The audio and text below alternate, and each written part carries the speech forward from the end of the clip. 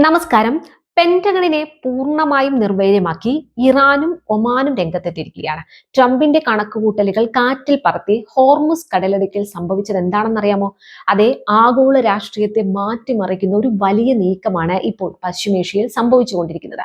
ലോകത്തിന്റെ മുഴുവൻ എണ്ണ വിതരണത്തെയും നിയന്ത്രിക്കുന്ന ഹോർമുസ് കടലിടുക്കിൽ ഇറാനും ഒമാനും ചേർന്ന പുതിയ തന്ത്രങ്ങൾ ഒരുക്കുമ്പോൾ അടഞ്ഞ വാതിലുകൾക്ക് പിന്നിലെ സത്യം കണ്ട് ഞെട്ടിയിരിക്കുകയാണ് പെന്റഗണും ട്രംപും ഇപ്പോൾ. അമേരിക്ക വിരിച്ച ഉപരോധത്തിന്റെ കെണിയിൽ അവർ തന്നെ വീണു എന്ന് പറയേണ്ട അവസ്ഥയിലാണ് കാര്യങ്ങൾ. ഹോർമുസ് കടലിടുക്കിലൂടെ പോകുന്ന കപ്പലുകളെ പൂട്ടാൻ നോക്കിയ അമേരിക്കയ്ക്ക് ലഭിച്ച തിരിച്ചടികളുടെ പരമ്പരയാണ് ഇപ്പോൾ പുറത്തു വന്നുകൊണ്ടിരിക്കുന്നത്. സാമ്രാജ്യങ്ങളെ വിറപ്പിച്ച ഈ തീരുമാനത്തോടെ ദശാബ്ദങ്ങളായി തുടരുന്ന US അധീശത്വത്തിനാണ് ഇപ്പോൾ മങ്ങലേൽക്കുന്നത്. ഒറ്റ നീക്കത്തിൽ എല്ലാം തല കീഴായി മറിഞ്ഞിരിക്കുന്നു. ഇതാ വെറുമൊരു വാർത്തയല്ല. തങ്ങളെ സാമ്പത്തികമായി തകർക്കാൻ നോക്കിയ അമേരിക്കയുടെ മൂക്കിൻ തുമ്പിലൂടെ ഇറാനും ഒമാനും ചേർന്ന കോടികൾ കൊയ്യാൻ പോകുന്ന ആ മാസ്റ്റർ പ്ലാൻ അത് എന്താണെന്നറിയാൻ ഈ വീഡിയോ അവസാന നിമിഷം വരെ തീർച്ചയായും കാണുക. കാര്യങ്ങളുടെ ഗൗരവം നമുക്ക് മനസ്സിലാക്കണമെങ്കിൽ ഇതിന്റെ പശ്ചാത്തലം നമ്മൾ പരിശോധിക്കേണ്ടതുണ്ട്. ലോകത്ത് വിതരണം ചെയ്യുന്ന എണ്ണയുടെ 5-1, അതായത് 20% കടന്നു പോകുന്നത് ഈ ഹോർമുസ് കടലിടുക്കിലൂടെയാണ്. ഈ വഴിയിൽ ഒരു ചെറിയ തടസ്സം ഉണ്ടായാൽ പോലും ലോകമെമ്പാടുമുള്ള പെട്രോൾ, ഡീസൽ വില കുതിച്ചുയരും. അതുകൊണ്ട് തന്നെയാണ് ഈ കടൽപാതയുടെ നിയന്ത്രണം കൈക്കലാക്കാൻ അമേരിക്ക കാലങ്ങളായി ശ്രമിച്ചുകൊണ്ടിരിക്കുന്നത്. ഇറാനെ സാമ്പത്തികമായി തകർക്കുക എന്ന ലക്ഷ്യത്തോടെ അമേരിക്കൻ സൈന്യം മേഖലയിൽ ശക്തമായ കടൽ ഉപരോധം ഏർപ്പെടുത്തിയിരുന്നു. ഇറാന്റെ തുറമുഖങ്ങളിലേക്ക് പോകുന്ന വാണിജ്യ കപ്പലുകളെ അമേരിക്കൻ നാവികസേന ഭീഷണിപ്പെടുത്തിയും ബലം പ്രയോഗിച്ചും തടഞ്ഞു. കണക്കുകൾ അനുസരിച്ച് 44 കപ്പലുകളെയാണ് അമേരിക്കൻ സൈന്യം നിർബന്ധപൂർവ്വം വഴിയിൽ തിരിച്ചുവിട്ടത് എന്നാണ് റിപ്പോർട്ടുകൾ പറയുന്നത്.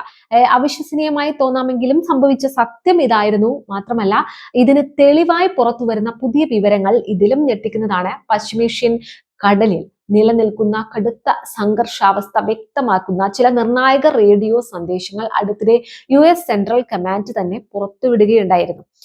ഇറാന്റെ സുരക്ഷാ നിർദ്ദേശങ്ങൾ അനുസരിക്കാൻ തയ്യാറാകുന്ന വാണിജ്യ കപ്പലുകൾക്ക് അമേരിക്കൻ യുദ്ധക്കപ്പലുകൾ നേരിട്ട് കടുത്ത മുന്നറിയിപ്പുകൾ നൽകുന്നതാണ് ഈ ഓഡിയോയിൽ ഉണ്ടായിരുന്നത്. വാഷിംഗ്ടണിന്റെ ഉത്തരവുകൾ ലംഘിച്ച ഇറാന്റെ തീരത്തേക്ക് അടുക്കാൻ ശ്രമിച്ചാൽ സൈനിക ബലം ഉപയോഗിച്ച് കപ്പലുകൾ തടയുമെന്നും ആവശ്യമെങ്കിൽ അവയുടെ പ്രവർത്തനം കടലിൽ വെച്ച് തന്നെ ഇല്ലാതാക്കുമെന്നും ഒക്കെ ആയിരുന്നു പെന്റഗണിന്റെ ഔദ്യോഗികമായിട്ടുണ്ടായിരുന്ന ഭീഷണികളൊക്കെ. വെറും ഒരു സാധാരണ സമുദ്ര ഉപരോധം എന്നതിനപ്പുറം അത്യാധുനിക യുദ്ധക്കപ്പലുകളെ മുൻനിർത്തി സാധാരണ വാണിജ്യ കപ്പലുകളെ ഭയപ്പെടുത്തി വഴി തിരിച്ചിടാമെന്ന കടുത്ത സൈനിക നീക്കമാണ് അമേരിക്ക അവിടെ നടത്തിക്കൊണ്ടിരുന്നത്.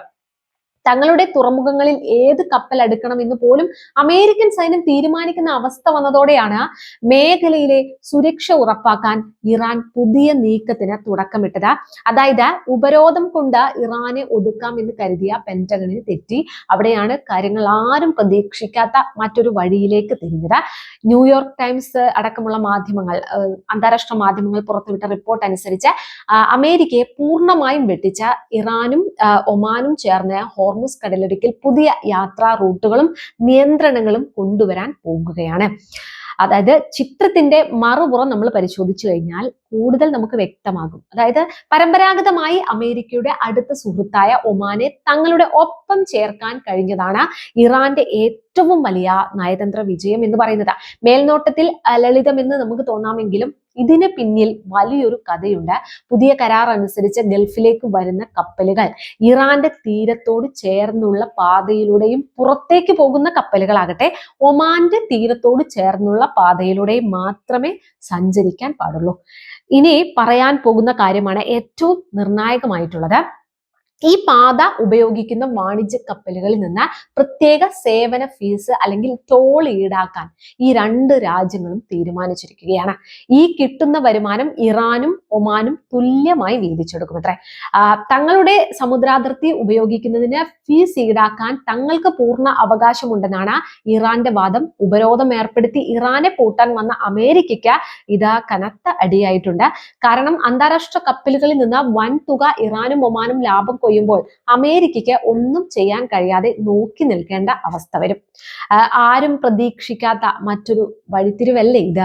മേഖലയിലെ അമേരിക്കൻ സൈനിക താവളങ്ങൾക്ക് പിന്തുണ നൽകിയിരുന്ന ചില യൂറോപ്യൻ രാജ്യങ്ങൾക്ക് ഇറാൻ കടുത്ത മുന്നറിയിപ്പ് നൽകിയിട്ടുണ്ട്. ഇറാന്റെ തിരിച്ചടി ഭയന്ന തങ്ങൾ അമേരിക്കയുടെ ഈ യുദ്ധത്തിലെ നീക്കങ്ങളിലൊന്നും പങ്കാളികളല്ല എന്ന ടെഹ്റാനെ ഔദ്യോഗികമായി അറിയിക്കാൻ ആ രാജ്യങ്ങൾ നിർബന്ധിതരായിട്ടുണ്ട് എന്നാണ് റിപ്പോർട്ടുകൾ. ഹോർമുസ് കടലിടുക്കിലെ ഈ മാറ്റങ്ങൾ ലോകമെമ്പാടുമുള്ള എണ്ണ വിലയെയും വ്യാപാരത്തെയും വലിയ രീതിയിൽ ബാധിക്കുമെന്ന് ഉറപ്പാണ്. അതുകൊണ്ട് തന്നെ ആഗോള ഗവൺമെന്റുകളും ഊർജ വിപണികളും വളരെ ആശങ്കയോടെയാണ് ഈ കാര്യങ്ങളെ നോക്കിക്കാണുന്നത്. ഹോർമുസ് കടലെടുക്ക പിടിച്ചെടുക്കാൻ എല്ലാ വഴികളും നോക്കിയിട്ടും അമേരിക്കൻ സൈന്യത്തിന് അവിടെ തിരിച്ചടിയാണ് നേരിട്ടിരിക്കുന്നത്. പഴയ പോലെ ഇവിടെ വന്ന് തന്നിഷ്ടം കാണിക്കാൻ അമേരിക്കയെ അനുവദിക്കില്ലെന്ന് ഇറാൻ പ്രഖ്യാപിച്ചു കഴിഞ്ഞിരിക്കുന്നു. ഒമാൻ കൂടി ഇറാനൊപ്പം കൈകോർത്തതോടെ പശ്ചിമേഷ്യയിലെ മുഴുവൻ കണക്കുകൂട്ടലുകളും ട്രംപിന്റെ മുഴുവൻ കണക്കുകൂട്ടലുകളും ഇവിടെ തെറ്റിയിരിക്കുകയാണ്. ഇവിടെയാണ് നമ്മൾ ചിന്തിക്കേണ്ട ഏറ്റവും പ്രധാനപ്പെട്ട ഒരു ചോദ്യം ഉയർന്നു വരുന്നത്. അമേരിക്കയുടെ ഉപരോധങ്ങളെ മറികടന്ന ഇറാനും ഒമാനും കൊണ്ടുവരുന്ന ഈ പുതിയ ടോൾ രീതിയും നിയന്ത്രണങ്ങളും ലോകത്തെ ഇന്ധന വിലയെ എങ്ങനെ ബാധിക്കുമെന്നാണ് നിങ്ങൾ കരുതുന്നത്? അമേരിക്ക ഇതിനെതിരെ സൈനികമായി പ്രതികരിക്കുമോ? നിങ്ങളുടെ അഭിപ്രായങ്ങൾ താഴെ കമന്റ് ചെയ്യൂ. ഒപ്പം ഈ വീഡിയോ നിങ്ങൾക്ക് ഇഷ്ടപ്പെട്ടാൽ ലൈക്ക് ചെയ്യാനും ഷെയർ ചെയ്യാനും സബ്സ്ക്രൈബ് ചെയ്യാനും ഒന്നും മറക്കരുത്.